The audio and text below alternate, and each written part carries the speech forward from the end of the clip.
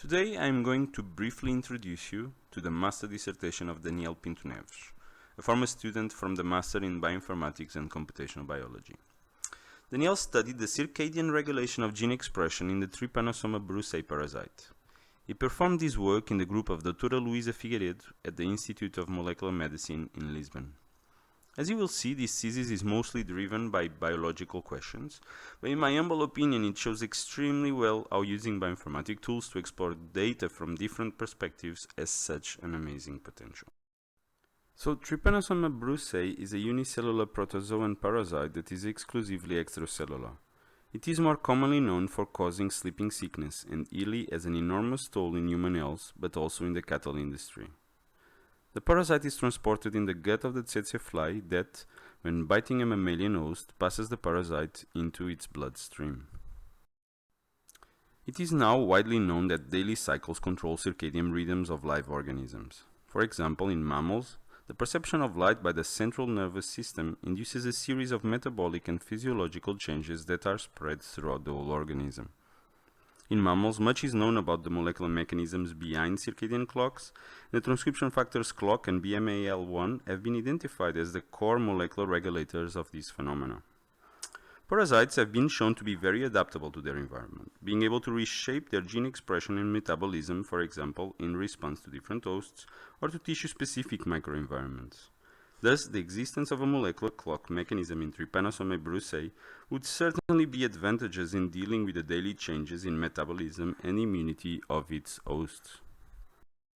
With this in mind, Daniel joined the group of Luisa Figueiredo to explore whether the Trypanosoma brucei parasite has the ability to adapt to circadian changes of its host. Moreover, they wanted to know whether the parasite has an intrinsic and independent circadian clock. Ultimately, they wanted to understand whether specific functions of the parasite are controlled in a cyclic manner. In order to tackle these questions, the team established an entrainment protocol of the parasite. This means that the parasite was cultivated in vitro under cycling conditions of either temperature or light, changed every 12 hours for a total of 3 days. After this entrainment period, the parasites were placed either in alternating conditions, following the same cycles, or under constant conditions, which will allow to identify whether an intrinsic clock is present in the absence of a signal. RNA samples were collected every 3 hours for the following 2 days. The above protocol was applied to both bloodstream and insect procyclic forms, but the insect forms were only entrained with temperature cycles, and I'll tell you why in a second. The above protocol provided the material for all the bioinformatic analysis presented within this thesis.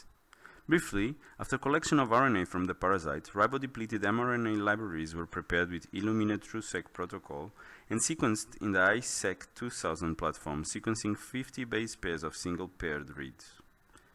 The raw reads were then quality controlled with FastQC, trimmed and filtered with Solexa, aligned to the Trypanosoma brucei reference genome using Bowtie, and finally, differential gene expression analysis was performed using genomic alignments, biostrings, and R-track layer in R.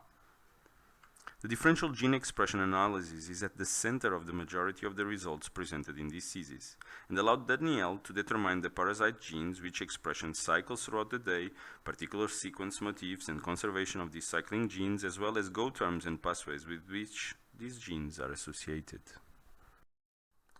I will briefly present you the results I find the most interesting in this thesis. First of all, Daniel was able to show that temperature, but not light, is able to induce a cyclic expression of approximately 10 to 20% of the parasite genome.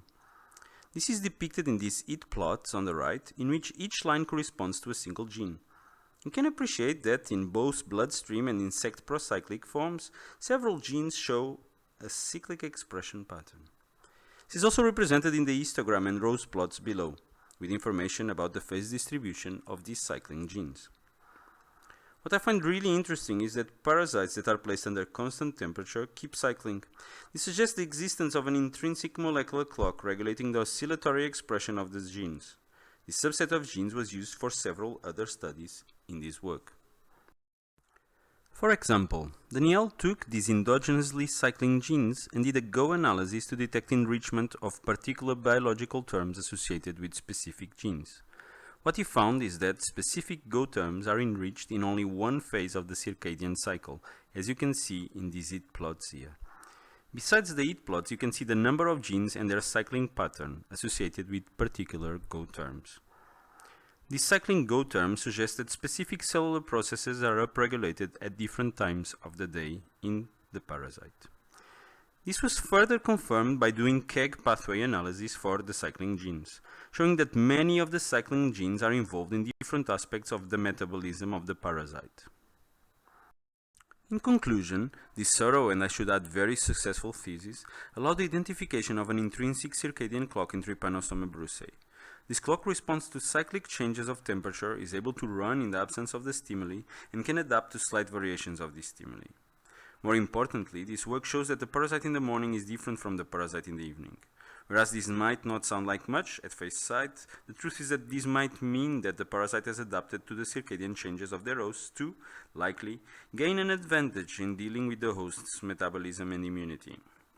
Given the scope and the breakthrough of the knowledge presented in Daniel's thesis, it's not surprising that this work ended up being published in the renowned journal Nature Microbiology. Daniel's seminal work left some questions unanswered and opened new avenues for investigation. Namely, understanding whether the cycling expression observed in vitro can also be observed in vivo in bloodstream forms of mammalian hosts. Importantly, despite having identified a huge cohort of cycling genes, the molecular players controlling the circadian clock still need to be identified. Moreover, whereas it makes sense that bloodstream forms respond to cyclic variations in temperature of the host, it remains to be investigated whether in the fly, where the parasite is more exposed to daily light variations, whether it can respond to light stimulus. Finally, a big objective would be to address whether these novel discoveries can be exploited as novel therapeutic strategies to hinder the capability of the parasite to adapt successfully to its host. If you are interested in this work, I would recommend you to look into the work and papers of Luisa Figueiredo's lab, including the one published with some of the results presented here that I have just mentioned.